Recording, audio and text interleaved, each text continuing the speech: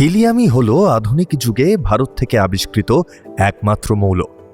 কিভাবে আবিষ্কৃত হয়েছিল হিলিয়াম জানবো আজকের পর্বে। আপনারা শুনছেন ক্লক টাওয়ার। পৃথিবীর বিভিন্ন দেশের বিভিন্ন সময়ের বিভিন্ন মানুষের গল্প নিয়ে আসি আমরা প্রত্যেক সপ্তাহে, অর্থাৎ গল্প হলেও সত্যি।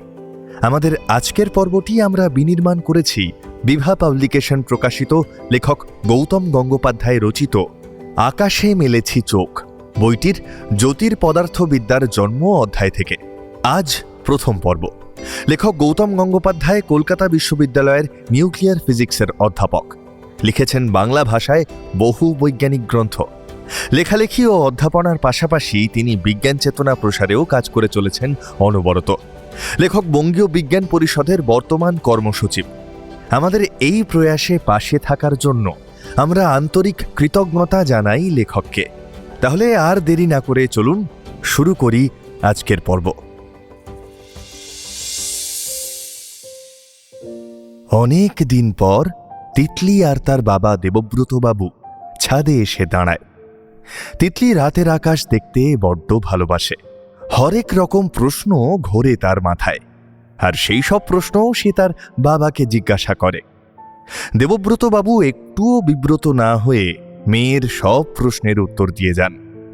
আসলে মেয়ের এই মহাকাশ পর্যবেক্ষণের নেশাটা তিনি আরও একটু উস্কে দিতে চান। তিতলি অনেকক্ষণ ধরে চোখে টেলিস্কোপ লাগিয়ে দেখতে থাকে। তারপর সে জিজ্ঞাসা করে, আচ্ছা বাবা, বইতে পড়েছি সূর্যের মতো বিভিন্ন নক্ষত্র জ্বলন্ত গ্যাসীয় পিণ্ড, কিন্তু মানুষ তো সেখানে যায়নি, তাহলে আমরা জানলাম কি করে? তাহলে তো একটা অন্য গল্প দিয়ে শুরু করতে হয়। একসময় সত্যিই মানুষ জানতো না। ফরাসি দার্শনিক অগুস্ত কোঁত বিশ্বাস করতেন বিজ্ঞানের একটা সীমারেখা আছে। সেটা বোঝাতে গিয়ে তিনি বলেছিলেন সূর্য বা অন্য নক্ষত্রেরা কি দিয়ে তৈরি তা জানা অসম্ভব। নক্ষত্রদের রাসায়নিক গঠন কেমন করে আবিষ্কার করা যাবে তা আমরা কোনোদিনই জানতে পারবো না, এটাই তিনি বিশ্বাস করতেন এবং লিখেও ছিলেন। এখন কোঁতের মৃত্যু হয় 1857 সালে, আর 1859 সালে জার্মানির হাইডেলবার্গে গুস্তাভো কির্শফ ও রবার্ট বুনসেন নক্ষত্রদের সম্পর্কে তার এই কথাকেই ভুল প্রমাণ করে দেন। কিন্তু কিভাবে? 1814 সালে ফ্রনহফার সূর্য থেকে আসা আলোর বর্ণালী বিশ্লেষণ করেছিলেন। বর্ণালী যেমন প্রিজম দিয়ে পাওয়া যায়, আরো ভালো করে পাওয়া যায় জালি বা গ্রেটিং দিয়ে। সেটাও ফ্রনহফারই প্রথম দেখেছিলেন। নিউটন গোলাকার ছিদ্র দিয়ে সূর্যের আলো প্রিজমের উপর ফেলে পরীক্ষা নিরীক্ষা করেছিলেন। তিনি তার পরিবর্তে লম্বাটে ছিদ্র ব্যবহারের কথা বলেছিলেন, কিন্তু সেটা নিজে কখনো করে দেখেননি। 1802 সালে উইলিয়াম হাইট ওলাস্টন সেই কাজ প্রথম করেন। তিনি দেখেন যে প্রিজম থেকে নির্গত বর্ণালীর উজ্জ্বল পটির উপরে 7টি কালো কালো রেখা দেখা যাচ্ছে। তার মনে হয়েছিল এ হলো 7 রঙের সীমানা। 12 বছর পরে সূর্যের আলোর বর্ণালী বিশ্লেষণ করতে গিয়ে ফ্রনহফার দেখলেন বর্ণালীর উজ্জ্বল পটির উপরে 7টি নয়, অনেকগুলি কালো রেখা দেখা যায়। একে এখন আমরা বলি ফ্রনহফার বর্ণালী। এই কাজ করতে গিয়ে তিনি এক দূরবীনের সঙ্গে তার বর্ণালী বিশ্লেষক যন্ত্র বা স্পেকট্রোস্কোপকে যুক্ত করেছিলেন। তিনি দেখলেন যে বিভিন্ন গ্রহ বা চাঁদের বর্ণালীও সূর্যের বর্ণালীর মতোই। তাতে অবাক হওয়ার কিছু নেই, কারণ গ্রহ উপগ্রহরা তো সূর্যের আলোই প্রতিফলন করে। কিন্তু নক্ষত্রদের বর্ণালী বিশ্লেষণ করতে গিয়ে তিনি দেখলেন যে কালো রেখাগুলি এক এক নক্ষত্রে এক এক জায়গায় থাকে। তিতলি, এইটা কিন্তু খেয়াল রাখবি, এই বিষয়টা অত্যন্ত গুরুত্বপূর্ণ। কিন্তু ফ্রনহফার তখন ব্যাপারটা ভালো মতো বুঝতে পারেননি। তিতলি মাথা নেড়ে সম্মতি জানায়। ফ্রনহফার কিন্তু নিজের অজান্তেই জ্যোতির্পদার্থবিদ্যার সূচনা করেছিলেন। এটা বুঝতে গেলে আমরা প্রথমে আলোর বর্ণালী সম্পর্কে একটু জেনে নিই। আলোর কিন্তু তরঙ্গ চরিত্র আছে। বর্ণালী বিশ্লেষণ পদ্ধতিতে আমরা আলোকে তার মধ্যের বিভিন্ন তরঙ্গ দৈর্ঘ্যে ভেঙে ফেলতে পারি। রাস্তায় সোডিয়াম ভেপার আলোতে সোডিয়ামকে বাষ্পে উত্তপ্ত করে তার থেকে হলুদ আলো পাওয়া যায়। সেই আলোর বর্ণালী বিশ্লেষণ করলে বর্ণালীতে কালো পশ্চাৎপটের ওপর একটি হলুদ রেখা দেখা যায়। পদার্থ থেকে বেরোনো আলোকে বিশ্লেষণ করে পাওয়া বর্ণালীকে বলে নিঃসরণ বর্ণালী। সোডিয়াম একটা মৌলিক পদার্থ। অন্যদিকে মৌলিক পদার্থের বাষ্পেরও এরকম বর্ণালী পাওয়া যায়। যেমন হাইড্রোজেন গ্যাসকে গরম করলে যে আলো বেরোয় তার বর্ণালীর চেহারা একেবারেই আলাদা। এইরকম সমস্ত মৌলিক পদার্থের গ্যাস বা বাষ্পেরই নিঃসরণ বর্ণালীর চেহারা আলাদা আলাদা হয়। আসলে গ্যাসীয় অবস্থায় যে কোনো মৌলিক পদার্থকে গরম করলে তার থেকে যে আলো বেরোয় তার বর্ণালী বিশ্লেষণ করলেই আমরা মৌলটাকে চিনতে পারবো। তাতে লাভ কি? হাজার হাজার আলোকবর্ষ দূরের কোনো নক্ষত্রের পদার্থের বর্ণালী বের হলেই বা কি? আমরা দেখবো কিভাবে? তিতলি, তুই না বড্ড অধৈর্য। দেবব্রত বাবু মেয়ের মাথায় একটা গাঁটটা মেরে বললেন, চুপচাপ মন দিয়ে শুনে যা। তিতলি মাথা নাড়ল। 1859 সালে গুস্তাভো কিরশফ এই বিষয়ে গবেষণা শুরু করলেন।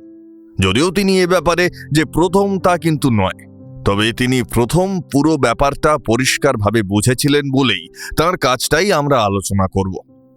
একটা উজ্জ্বল শিখা বা ইলেকট্রিক বাল্বের থেকে বেরোনো আলোর যদি আমরা বর্ণালী বিশ্লেষণ করি, তাহলে একটা উজ্জ্বল পটিতে বেগুনি থেকে লাল টানা এই রকম রং দেখা যাবে।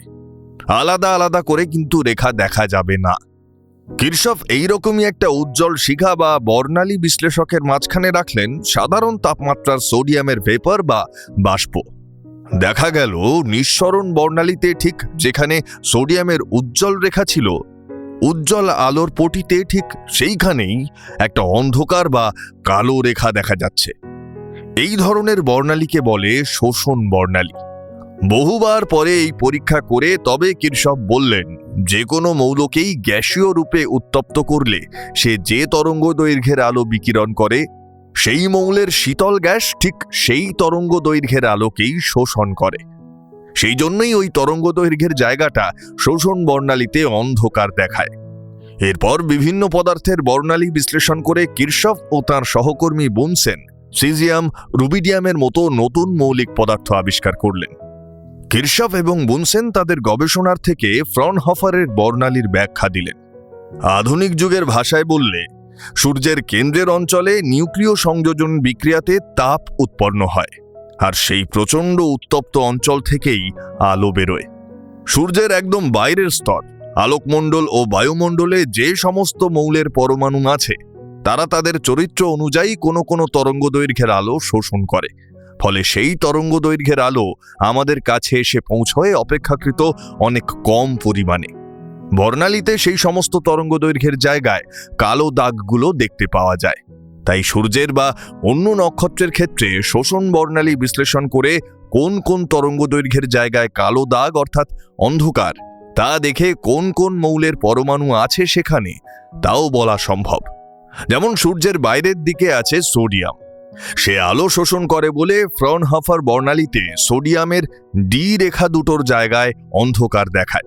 ঠিক সেইভাবেই আমরা তাহলে ফ্রনহফার বর্ণালীর অন্ধকার রেখার সঙ্গে বিভিন্ন মৌলের নিঃসরণ বর্ণালীর তুলনা করে কোন কোন মৌল সূর্যের বাইরে অপেক্ষাকৃত শীতল অংশে আছে তা জানতে পারব। এত অবধি বুঝতে কোনো অসুবিধা নেই। তাহলে এইভাবেই সূর্য বা অন্য জ্যোতিষ্ক কি কি মৌলিক পদার্থ দিয়ে তৈরি তাও তো আমরা বুঝতে পারব। কিরশফ ও বুনসেন দেখলেন সূর্যে লোহা, ক্যালসিয়াম, ম্যাগনেসিয়াম, নিকেল, তামা, বেরিয়াম, সোডিয়াম ইত্যাদি মৌল আছে। তোর কোঁতের কথা মনে আছে তো? আসলে কোঁত তার কথার যুক্তি হিসেবে একটা ভুল উদাহরণ বেছেছিলেন। এই প্রথম আমরা নক্ষত্ররা কি পদার্থ দিয়ে তৈরি তা জানতে পারলাম। জ্যোতির্বিদ্যা ও পদার্থবিদ্যা এসে এক জায়গায় মিলল। বিজ্ঞানীরা বুঝলেন কিছু কিছু ফ্রনহফার রেখার উৎস পৃথিবীর বায়ুমণ্ডলের সূর্যালোক শোষণ করে। কেমন করে?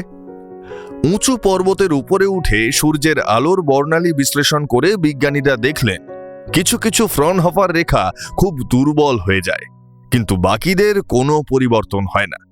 আসলে পাহাড়ের উপরে উঠলে বায়ুমণ্ডলের অনেকটাই ছাড়িয়ে যাচ্ছি, তার মানে যে রেখাগুলো দুর্বল হয়ে যাচ্ছে সেগুলোর জন্য পৃথিবীর বায়ুমণ্ডলের শোষণ দায়ী, কিন্তু বাকিদের উৎস নিঃসন্দেহে সূর্য বা নক্ষত্র।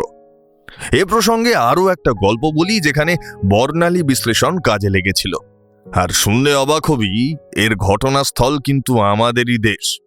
এই কথা শুনে তিতলি লাফিয়ে ওঠে। আচ্ছা, এর মধ্যে ভারতবর্ষ আছে বুঝি? আছে তো, আলবাত আছে। যদিও কুশীলবদের মধ্যে কোনো ভারতীয় ছিল না। ভারতে আধুনিক বিজ্ঞান চর্চা শুরু করেছিল বিদেশিরাই। ভারত তখন পরাধীন। স্বাভাবিকভাবেই বিজ্ঞান গবেষণা ছিল মূলত শাসনের সুবিধা ও বিদেশি শাসকদের লাভের পরিমাণ বাড়ানোর লক্ষ্য। সেই কারণেই geological survey, botanical garden, great trigonometric survey ইত্যাদির প্রয়োজন হয়েছিল। আমাদের কাহিনীতে মাদ্রাজ অবজারভেটরি বা পর্যবেক্ষণাগারের কথা আসবে।